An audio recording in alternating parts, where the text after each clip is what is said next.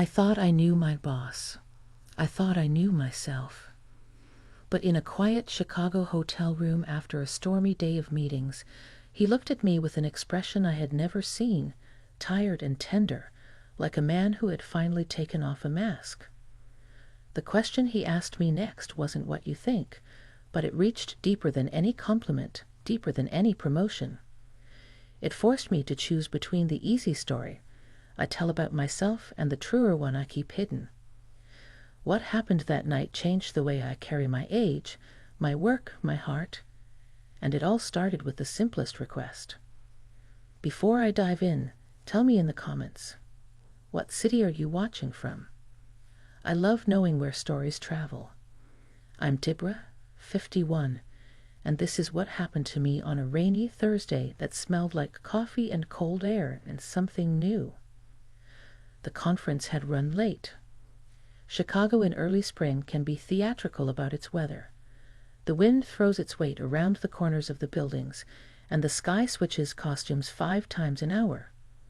We wrapped the final panel after 7, and by the time I collected my notes, my phone, and the little stress chocolate I always keep in my purse, the rain was combing the streetlights into gold threads. Our team scattered toward taxis and the clatter of dinner reservations. I wanted nothing more than to sink into my bed, call my sister, and laugh about how I had accidentally waved my clicker like a conductor between slides 3 and 4.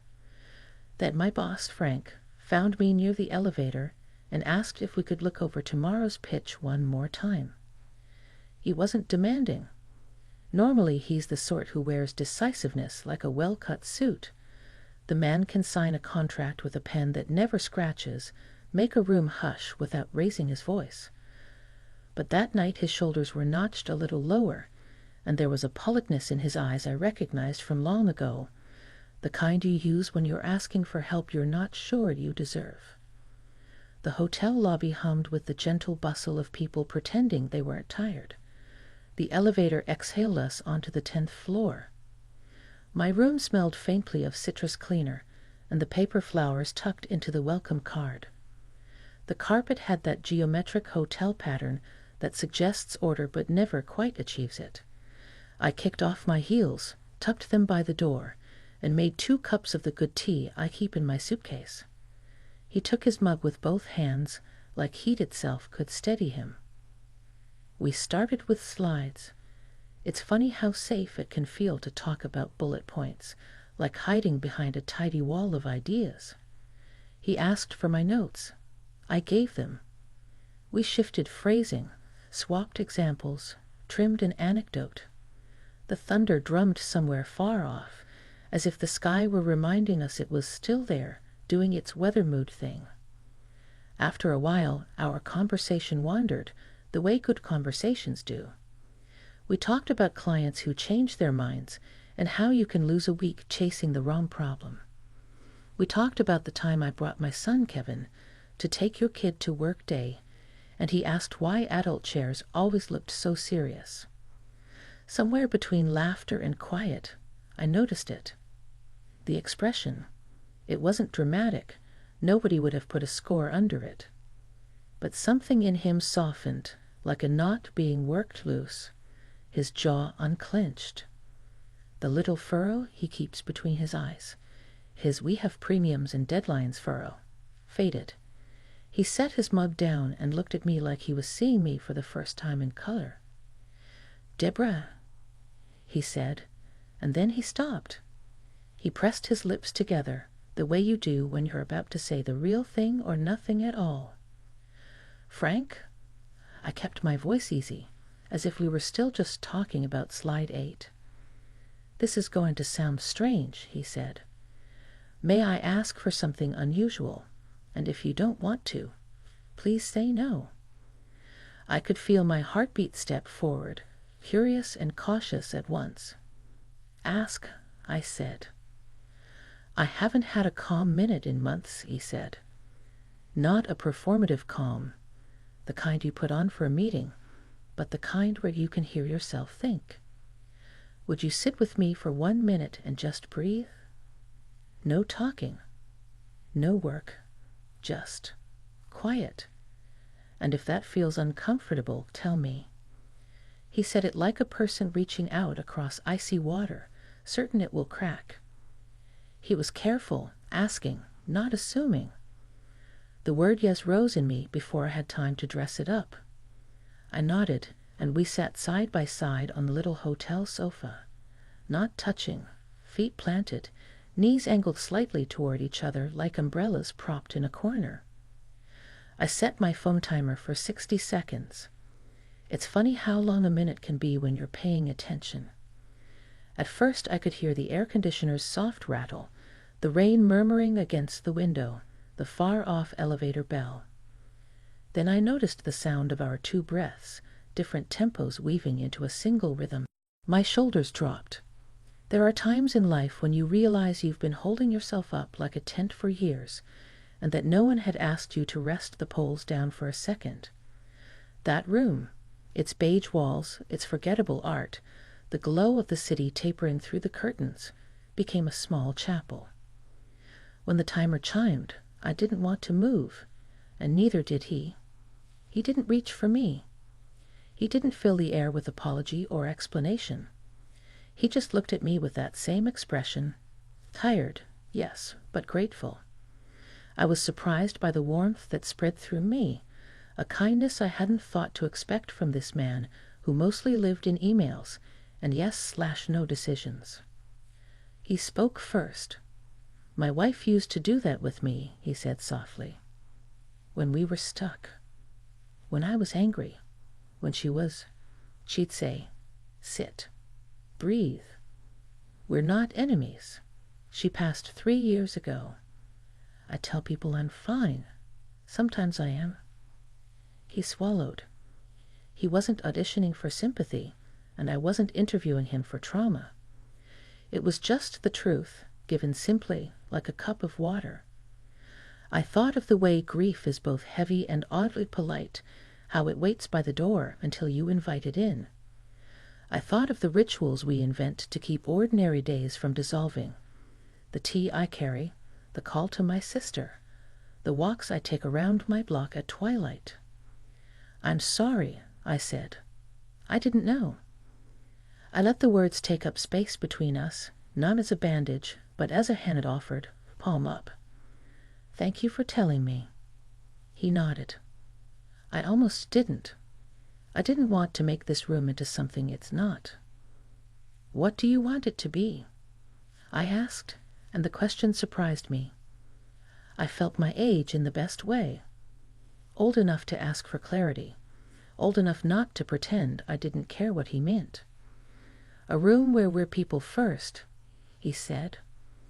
"Where I can tell you that today, during your presentation, when the tech glitched and you laughed and kept going, I felt proud. Not as your boss. As a witness to someone refusing to let a hiccup break the song. The compliment landed in me like a small bright coin into a quiet fountain. I thought about how long it had been since someone spoke to me without rushing past the part where I'm still learning how to be at ease in my own skin. 51 is a good age. It fits like a well-worn jacket. But it also asks you to choose, every day, what kind of woman you're going to be. Invisible or vivid, tired or tender, guarded or present. The rain softened. Traffic hissed distant. I realized I was holding my mug like it was part of a ceremony. I set it down and looked at him. "Frank," I said, "may I ask you something unusual?" His mouth tipped at one corner. "Yes, and if I don't want to answer, I'll tell you." "Would you like to rehearse tomorrow's opening line with me?" I said, as if I were the room, not the client. The room. The people who came in with their own worries. The ones who will decide before you speak whether your voice is one they can trust. He exhaled, almost a laugh. "You always do this," he said. "You make the idea bigger and the fear smaller. Yes, please." So we practiced, not with bullet points, but with tone. He stood, then sat back down, then stood again. He found his hands, his pace, his breath. He tried an opening that sounded like a headline. I shook my head.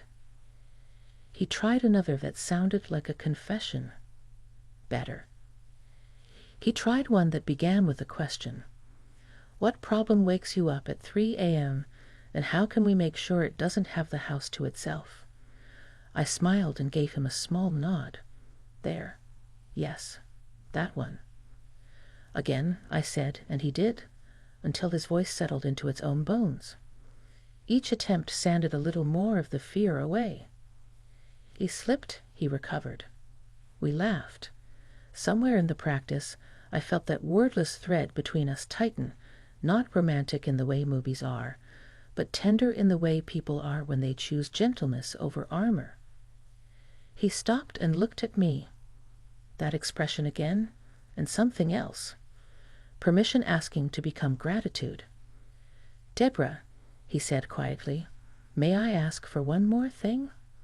Absolutely fine, if not. I heard the care in his phrasing. How often do we get asked like that, with that much room to decline? Ask, I said. Would you? May I hold your hand for a moment, he said, just to feel steady. Nothing more. I want to remember how safety feels when I have to be brave tomorrow. If you told me an hour earlier that my boss would ask to hold my hand in my hotel room, I would have rolled my eyes. But everything about the moment was clean, humble, almost old-fashioned in its courtesy. The request wasn't wrapped in suggestion or implication. It was exactly what it was. I could have said no. I would have if something inside me had tightened. Instead, I paid attention to my breath, to my boundaries, to the way I had learned over years to trust myself. Yes, I said, for a moment. We sat again, our shoulders still not touching. His hand was warm, and to my surprise, a little shaky at first. Mine has the soft maps of a life lived, faint lines from gardening, a small pale crescent scar from a teenage cooking mishap. We didn't lace our fingers. We let them rest side by side, like 2 pages in an open book. The room didn't tilt into anything inappropriate. It steadied as if it had been waiting for us to treat it as a place for mercy. I don't know how long we stayed like that. Long enough for my heart to slow. Long enough for me to remember the first time I felt seen at work. It was a decade ago, presenting a plan I had stayed up all night to fix after someone else forgot their piece. Long enough for him to say, barely above a whisper, that he had been afraid he'd forgotten how to be gentle. You haven't, I said. You just needed practice. We all do. He let go first, which I appreciated. He stood and rolled his shoulders, as if setting them back where they belonged. He thanked me in a voice that sounded like gratitude lived in a small house and paid its rent on time. Tomorrow, he said, smiling, let's both wear our comfiest shoes. It's going to be a long day. I'll bring the good tea, I said. And the clicker. I'm conducting us through that deck if it kills me. We gathered our things. He walked to the door and then turned, hand on the handle. Deborah, he said, about tonight. May I say how I'll remember it? You may, I said. As 2 grown-ups who chose kindness, he said. Nothing more, nothing less. I nodded. The words fit. He left, and the room took a breath of its own. I sat a while with the quiet, listening to the radiator tick, to the rain lose interest, to the city shrug into later hours. I washed my mug and set it upside down on the napkin like a tiny tent. I texted my sister that Chicago rain was behaving like a poet again, and that I was okay. Better than okay. When I finally slipped under the crisp hotel sheets, the pillow smelled faintly of starch and lavender. I stared at the ceiling and thought about the versions of myself I have been. Young and hungry, tired and afraid, brave and laughing anyway. I thought about how people are full of secret rooms, And sometimes, if you are lucky, if you are careful, you get invited into one. You sit there quietly. You don't rearrange the furniture. You leave a note that says, "Thank you for letting me visit." At 5:42 the next morning, I woke with the kind of clear head that feels like a gift. I brewed another cup of tea, stood by the window, and watched the early light stroke the lake. When I opened my door to pick up the newspaper the hotel still insists on delivering, I found a plain envelope resting on the carpet. No name. No hotel stationery. Just an envelope with the edges soft from being handled too long. I looked up and down the hallway. It was empty, silent except for the soft whir of the ice machine somewhere around the corner. I took the envelope inside, set it on the desk, and hesitated. Then I slid the card free and read the first line, and my day tilted, not toward scandal, not toward drama, but toward something I hadn't expected. A kind of courage I thought I'd left behind years ago. When I woke the next morning, the envelope on the desk was still waiting for me. The edges were soft from being carried around, and that alone told me more than I expected. Whoever left it, Frank, of course, had held it too long before finding the courage to slide it under my door. I made myself wait. I brewed my tea, showered, dressed in the suit that always makes me feel just a little taller, and only then sat down at the desk. The room was painted in morning gray, the kind of light that makes everything look honest.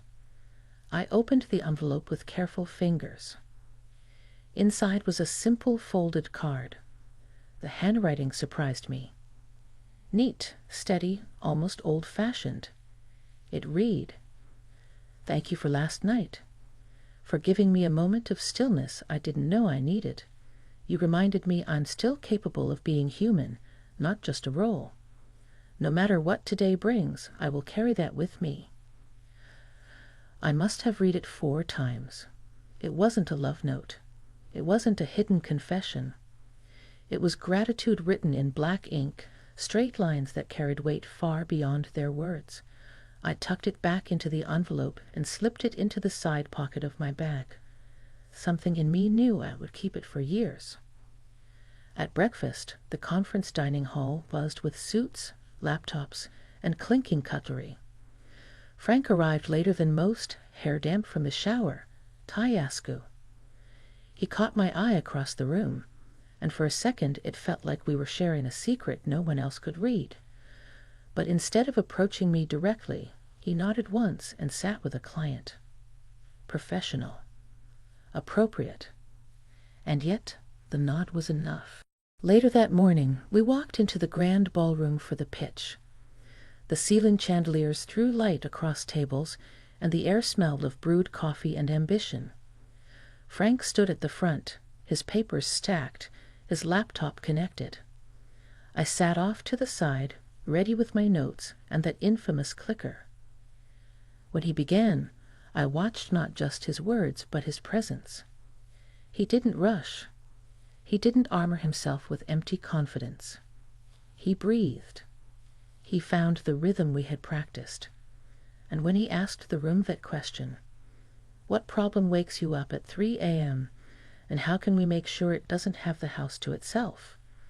I saw heads lift, eyebrows rise. He had them. Half an hour later, as applause rolled politely around the room, I felt a warmth spread through me. Not pride in myself, not exactly, but a recognition that sometimes the smallest kindness can tip a whole day toward better outcomes. When we left the stage, he touched my elbow lightly, almost formally, and whispered, "That one was for you." The day became a blur of handshakes, business cards, and future plans. We secured not just interest but commitment. My colleagues were flushed with victory, already talking about dinner celebrations. By evening, the city had shaken off its storm, and the air outside was crisp with the promise of spring. Back at the hotel, I found Frank waiting in the lobby. He wasn't smiling the practiced smile he wore for clients. It was something quieter. "If you have a moment," he asked. We walked together, not to my room this time, but to a small lounge near the back of the hotel.